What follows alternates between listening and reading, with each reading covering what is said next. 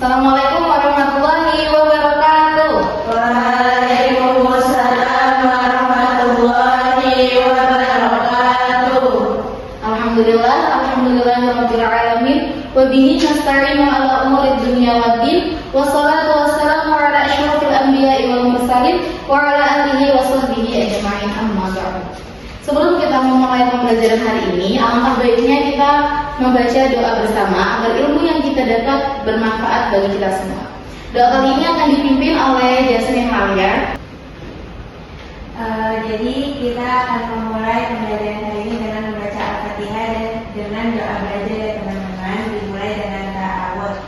A'udzu billahi minasy syaithanir rajim.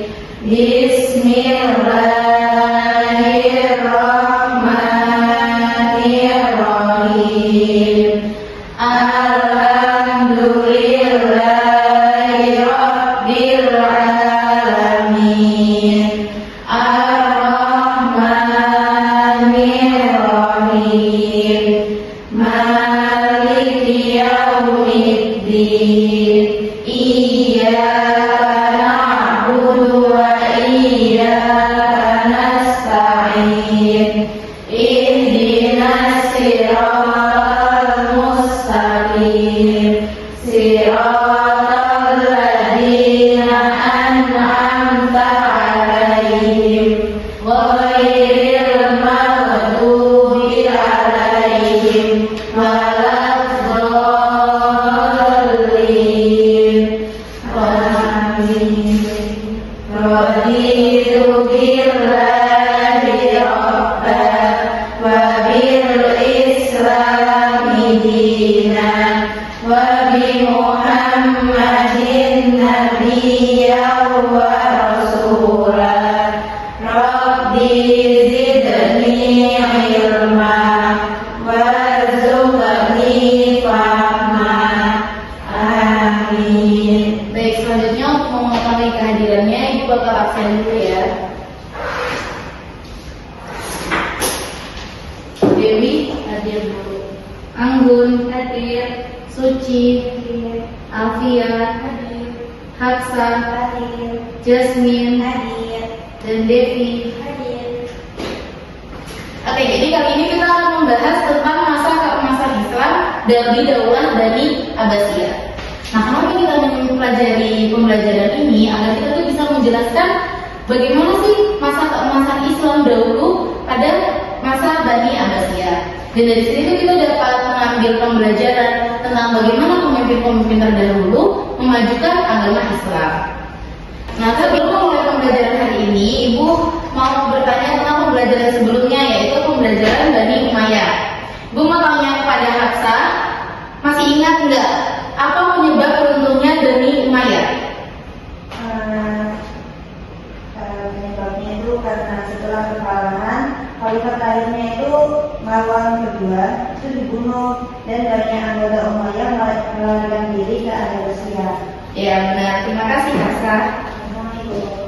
Oke baik, jadi di sini Ibu akan menyampaikan materi dengan menggunakan bantuan dari PowerPoint yang telah Ibu buat. Nah, Ibu harap kalian semua dapat menyimak dengan baik ya materinya.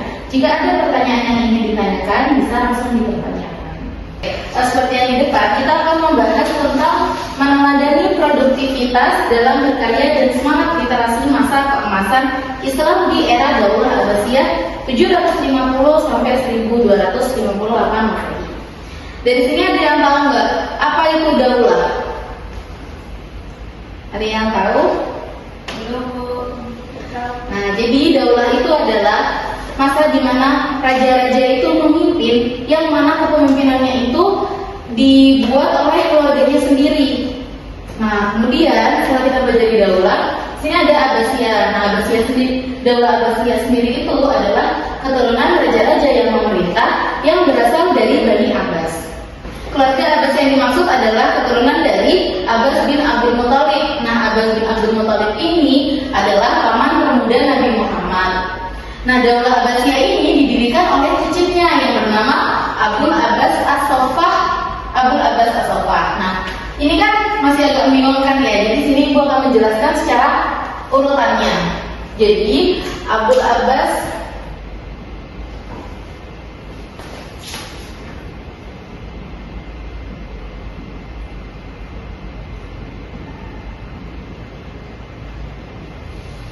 Nah, siapa Abdul Abbas As-Saffah ini? Dia itu adalah anak dari Abdullah bin Muhammad.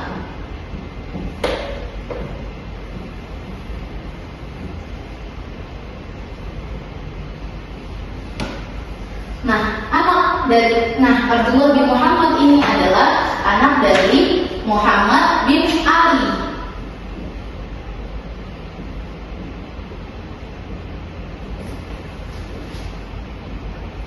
Dan Muhammad bin Ali anak dari Ali bin Abdullah.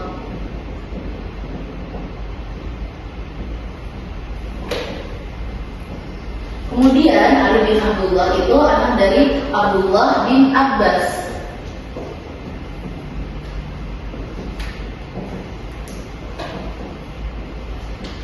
Nah, kemudian tadi yang Abbas bin Abdul Muthalib ini kan merupakan paman termuda Nabi Muhammad. Nah, ini keturunannya beliau Abbas bin Abdul Muthalib. Nah, yang mendirikan dari Daulah Abbasiyah itu adalah Abdul Abbas As-Saffah, cicit dari Abbas bin Abdul Muthalib. Dari sini dapat dipahami kan? Nah, setelahnya Abdul Abbas itu dikukuhkan sebagai khalifah pada tahun 750 Masehi. Setelah beliau itu menjadi pemimpin yang berhasil merebut Bani Umayyah. Nah, namun masa kepemimpinan Abdul Abbas itu tidak bertahan lama. Dia tuh hanya bertahan selama 5 tahun. Jadi setelah Abdul Abbas itu meninggal dunia pada usia 33 tahun bersamaan dengan 754 Masehi. Nah, kemudian setelah Abbas meninggal, kuasanya itu dipegang kepada saudaranya yaitu Al-Mansur dan 5 periode setelahnya. Nah, pada masa keemasan Daulah Abbasiyah itu terjadi di kepemimpinan Harun al-Rashid, yang beliau itu adalah khalifah kelima di Daulah Abbasiyah. Nah, Harun al-Rashid ini dikukuhkan menjadi khalifah setelah kakaknya Al-Hadi itu meninggal. Nah, ia itu berkuasa selama 23 tahun, yakni dari 786 sampai 809 Masehi. Kekuasaan Abbasiyah ini itu membentang sampai perbatasan India di timur itu ketika Harun al-Rashid. Jadi benar-benar membentang secara luas itu di zamannya Harun al-Rashid. Terus negeri-negeri timur yang masuk wilayah Abbasiyah diantaranya itu ada Iran, Afghanistan, Jazirah Arab di selatan serta Afrika, kecuali Maroko. Nah, wilayah Abbasiyah juga membentang dari Laut Hitam sampai ke Laut Mediterania, yang termasuk Pulau Siprus, Rhodes, Kreta, dan Sisilia. Nah, pada Daulah Abbasiyah itu yang paling menonjol itu adalah kota Baghdad. Nah, di sini jadi kota Baghdad itu dibangun oleh Khalifah Al-Mansur. Nah, Al-Mansur ini mulai membangun Baghdad pada tahun 762 Masehi. Ia mempekerjakan sekitar 100.000 arsitek di sekeliling. Dia mempekerjakan sekitar 100.000 arsitek. Nah, di sekeliling Baghdad itu dilapisi oleh 2 tembok besar. Jadi di sini tuh ada 2 tembok besar yang tingginya itu 90 kaki, sekitar 27 meter. Nah, di luar tembok dibangun parit yang berfungsi sebagai saluran air sekaligus benteng pertahanan. Sini kan terlihat ya paritnya. Nah, kemudian tepat di tengah sini, di tengah kota Baghdad itu dibangun istana emas atau Al-Qasr Al-Zahabi. Nah, di samping istana emas itu ada Masjid Jamil Al-Mansur. Setelah selesai, Al-Mansur ini memberikan namanya sebagai Madinah As-Salam, kota keselamatan. Nah, di sini Ibu ada sedikit pemayangan video agar kalian memahami tentang kota Baghdad.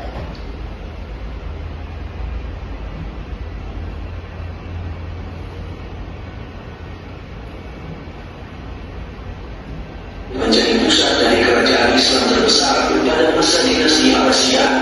Baghdad didirikan pada tahun 762 Masehi oleh Khalifah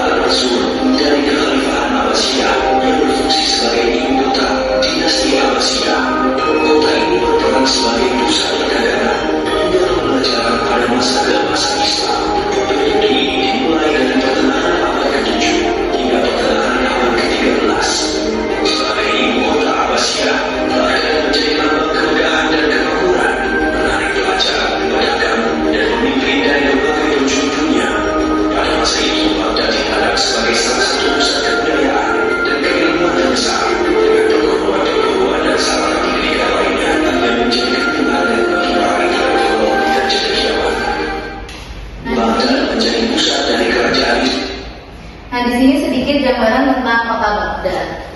Nah, kemudian kita akan membahas bidang seni yang berkembang di Baghdad. Itu ada seni arsitektur, seni patung dan lukis, terus seni industri, seni musik, dan seni kaligrafi. Nah, sekarang kita akan membahas, jadi di masa keemasan Daulah Bani Abbasiyah itu juga ada Baiat Al-Hikmah, pusat ilmu pengetahuan. Yang pertama didirikan itu oleh Harun Ar-Rasyid, yang tadi menyebar Islam sangat maju itu tadi Harun Ar-Rasyid. Nah, beliau ini juga yang pertama yang mendirikan Baiat Al-Hikmah pada awal pemerintahannya. Tapi saat itu Baiat Al-Hikmah itu difungsikan sebagai perpustakaan pribadi. Nah, kemudian pada Khalifah Al-Ma'mun, Baiat Al-Hikmah itu diformalkan menjadi lembaga pendidikan tinggi Islam. Sejak menjadi lembaga formal, Baiat Al-Hikmah itu berkembang menjadi pusat ilmu pengetahuan. Baiat Al-Hikmah bukan lagi sekedar berfungsi sebagai biro penerjemahan, tetapi juga bisa menjadi pusat perkembangan ilmu pengetahuan. Kayak seperti ahli kedokteran Ibnu Sina, ahli astronomi Al-Batani, dan ahli matematika Al-Khawarizmi. Di samping itu juga Al-Hikmah itu melahirkan para filosof muslim seperti Al-Kindi, Al-Farabi, hingga Al-Ghazali. Nah, sini gue juga ada sedikit video tentang Baiat Al-Hikmah. Ini ngambil dari TikTok. Ilmu, dengan tempat yang bikin dunia melek ilmu, Baiat Al-Hikmah, rumah kebijaksanaan dan jantung Baghdad abad ke-9. Bukan istana megah, bukan masjid megah, tapi pusat ilmu terbesar di dunia saat itu. Disinilah para ilmuwan muslim menerjemahkan karya Yunani, India, dan Persia, lalu melahirkan penemuan yang mengubah sejarah dari Al-Khawarizmi, pencipta algoritma dan aljabar, Ibnu Sina, bapak kedokteran modern, sampai Al-Haytham, sang pelopor ilmu optik. Baiat Al-Hikmah bukan cuma tempat belajar, tapi simbol rasa ingin tahu tanpa batas. Ironisnya, saat Mongol menerima Baghdad tahun 1258, ribuan manuskrip dilempar ke Sungai Tigris, sampai akhirnya menghitam bawah tinta buku. Tapi semangat itu tak ikut tenggelam, justru menyala lagi di Eropa lewat Renaissance. Kisah ini ngasih pelajaran penting. Ilmu nggak punya agama, bangsa, atau warna kulit. Ilmu cuma tunduk pada satu hal, mereka yang mau mencari. Jadi kalau zaman dulu para ilmuwan rela berkorban demi ilmu, masa kita yang punya internet segampang ini cuma scroll tanpa belajar? Mungkin sekarang waktunya buat bangun Baiat Al-Hikmah versi kita sendiri, di kepala, di hati, dan di tangan kita.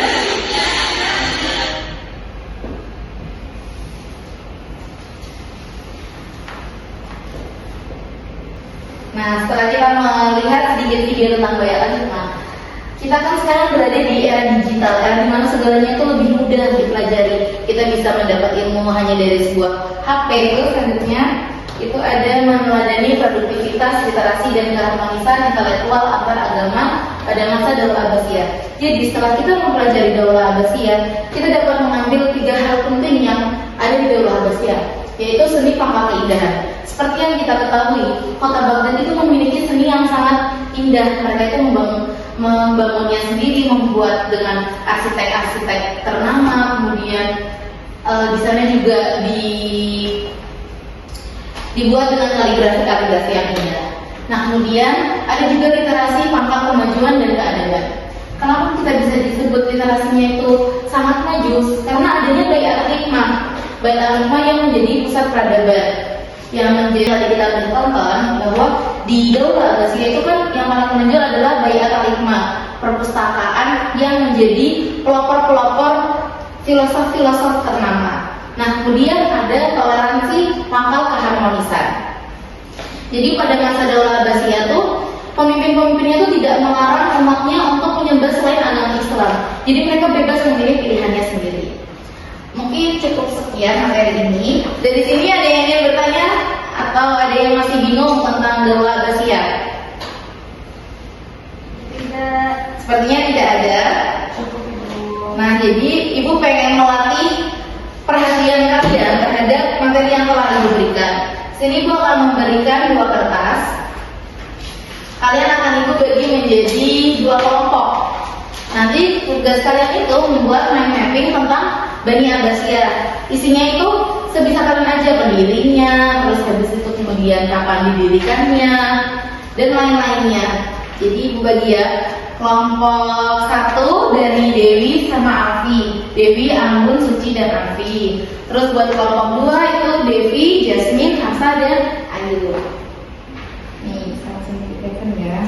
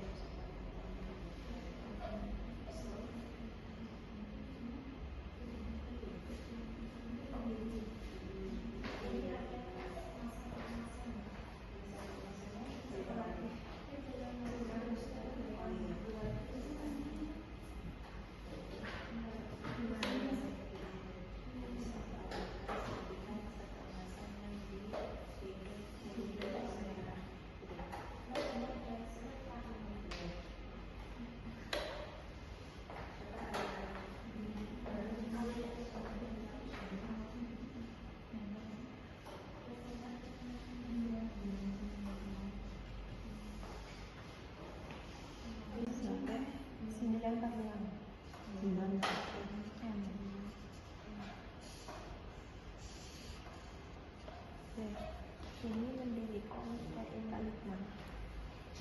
Itu Lukman. Bayi itu Lukman.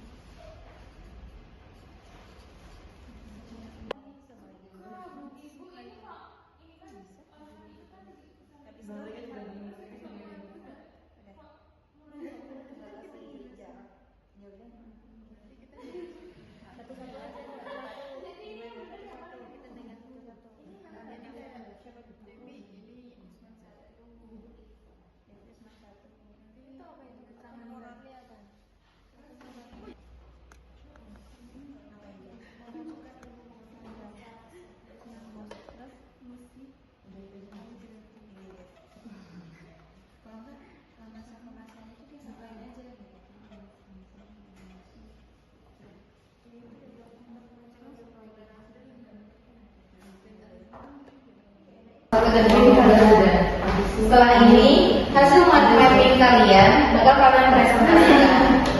Nah, karena tadi yang selesai pertama kelompok 1, jadi yang maju pertama kelompok 2.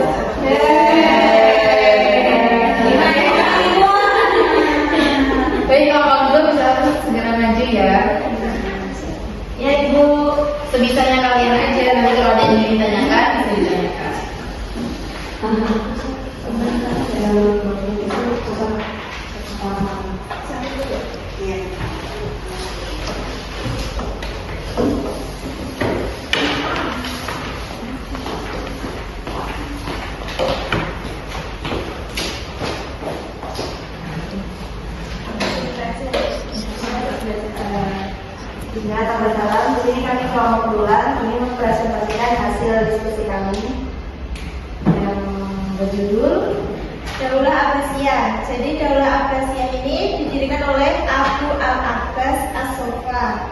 Nah, pusat pemerintahannya ada di Baghdad pada tahun mulai dari 750 Masehi.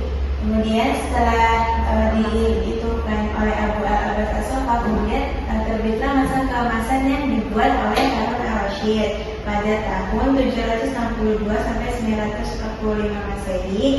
Kemudian Harun al-Rashid itu membuat Baitul Hikmah, dan dengan adanya masa keemasan itu membuat beberapa kemajuan seperti toleransi beragama. Jadi bukan hanya bukan hanya tentang agama kita, tapi juga menghargai agama orang lain gitu. Terus habis itu ada juga posisi strategis Baghdad yang dijadikan sebagai jalur perdagangan dunia seperti itu. Mungkin ada yang ditanyakan teman-teman. Ada pertanyaan dari kelompok 1? Tidak. Mungkin cukup. Kita udah tepuk tangan dulu ya. Terima kasih kelompok 2. Terima kasih. Nah, selanjutnya buat kelompok 1.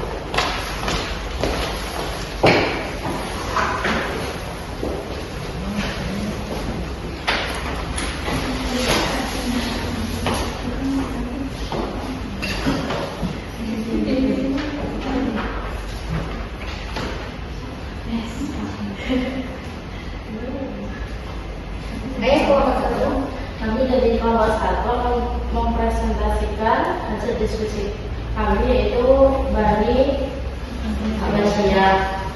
Bani Abbasiyah sendiri didirikan oleh Abu Abbas as-Sofa pada tahun 750 Masehi. Namun kepemimpinannya nggak berani lama karena beliau wafat pada usia 23 tahun pada tahun 754 Masehi. Nah, bidang kesenian yang berkembang pada Daulah Abbasiyah itu ada arsitektur, kemudian ada patung dan lukis, kemudian ada juga industri, musik dan kaligrafi. Bapak ada yang ingin ditanyakan untuk kelompok 1? Tidak. Itu. Baik, cukup sekian ya. Terima kasih untuk kelompok 1. Kita beri tepuk tangan. Nah, dari sini dapat ibu simpulkan bahwa pada masa keemasan Bani Abbasiyah itu umat Islam itu berkembang sangat pesat, seperti adanya Baitul Hikmah, kemudian pembuatan kota Baghdad yang dibuat dengan seindah mungkin. Nah, mungkin cukup sekian untuk materi pada hari ini. Kita tutup materi pembelajaran hari ini dengan doa kafaratul majelis. Subhanallah.